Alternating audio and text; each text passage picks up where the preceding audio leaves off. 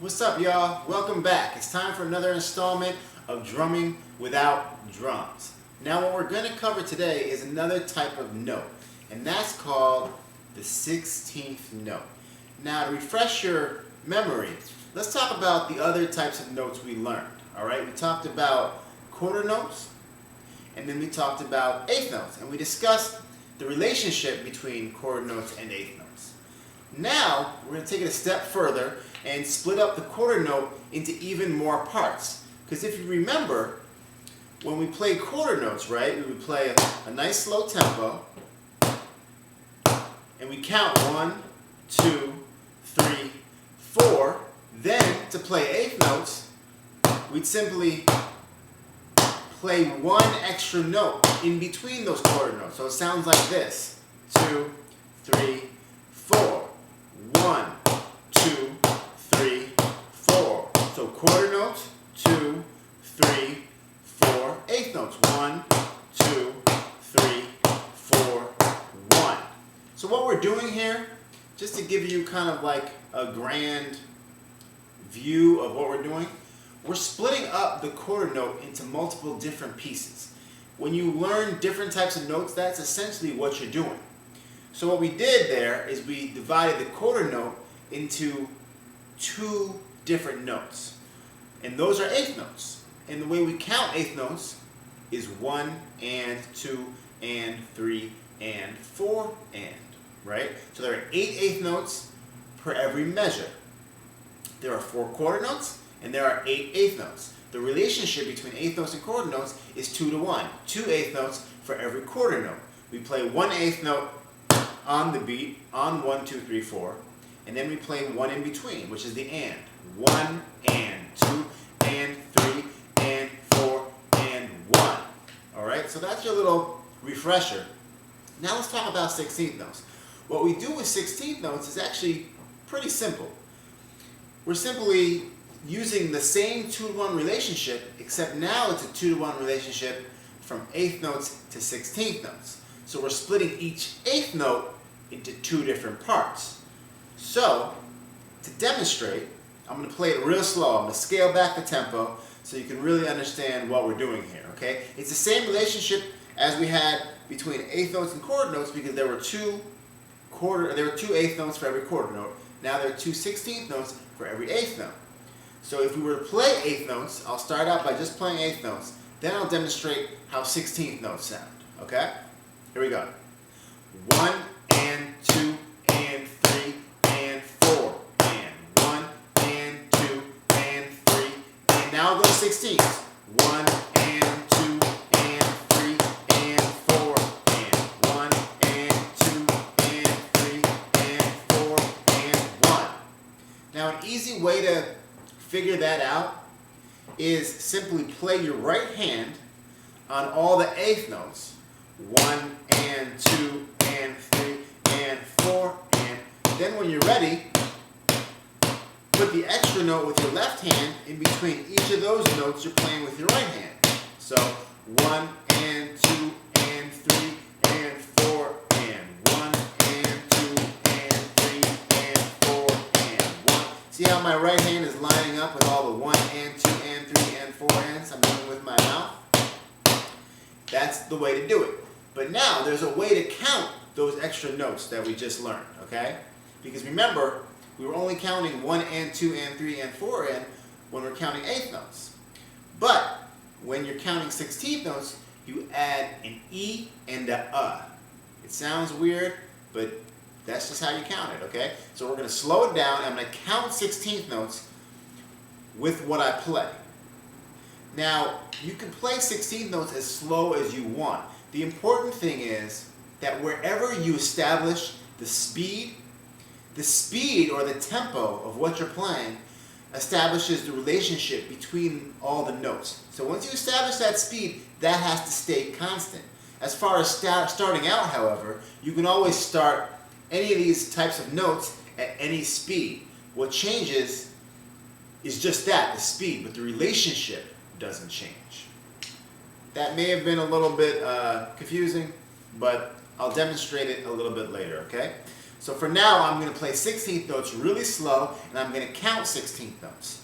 The way we count 16th notes is 1 E and 2 E and 3 E and 4 E and When we get to that 4 E and that's the end of the measure, so we start again. So guess how many 16th notes are in a measure? 16. Very good, people. Okay, so let's play 16th notes, and we're going to count 16th notes. This is how you do it. 4 E and 1 E and 2 E and 3 E and 4 E and 1. So those are 16th notes, but now to understand the relationship, we got to start working these into different exercises so you can get the relationship between quarter notes, eighth notes, and 16th notes. Let's start out with the relationship between eighth notes and 16th notes. Now remember, it's a 2-to-1 relationship. 2 16th notes equal 1 eighth note. So if we're counting eighth notes, for every 1 eighth note that we count, we're going to be playing 2 with our hands. So it's like this. 1 and 2 and 3 and 4 and 1 and. Now, what you want to do is alternate between playing eighth notes and 16th notes. 1 and 2 and 3 and 4 and. Now 16 is 1 and 2 and 3 and 4. Back to eighths. 1 and 2 and 3 and 4 and 1 and 2 and 3 and 4 and 1.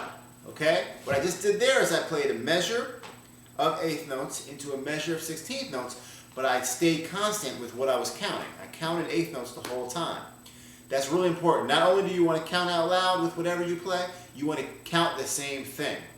So that way you can say, oh wait, I'm playing eighth notes now, I know where those fall. Then you can see how fast 16th notes are in relation to the eighth notes you just played.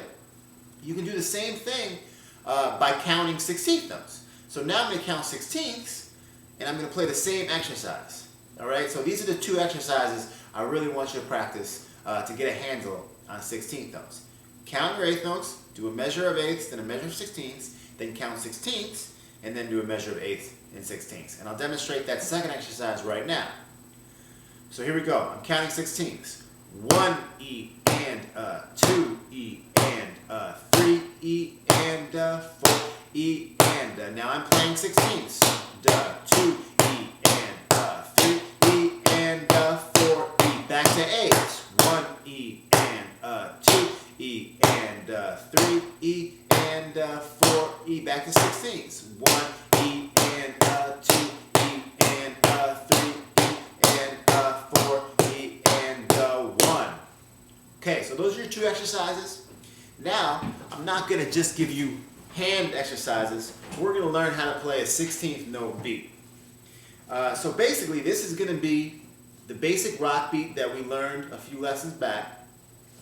But instead of playing eighth notes with our right hand, remember we cross over. Instead of playing eighth notes with our right hand, we're going to be playing 16th notes over here. You'll hear a lot of 16th notes in R&B or funk music, where the music is a little bit slower. I mean, sure, you hear it in rock too, but it's primarily in R&B and funk music.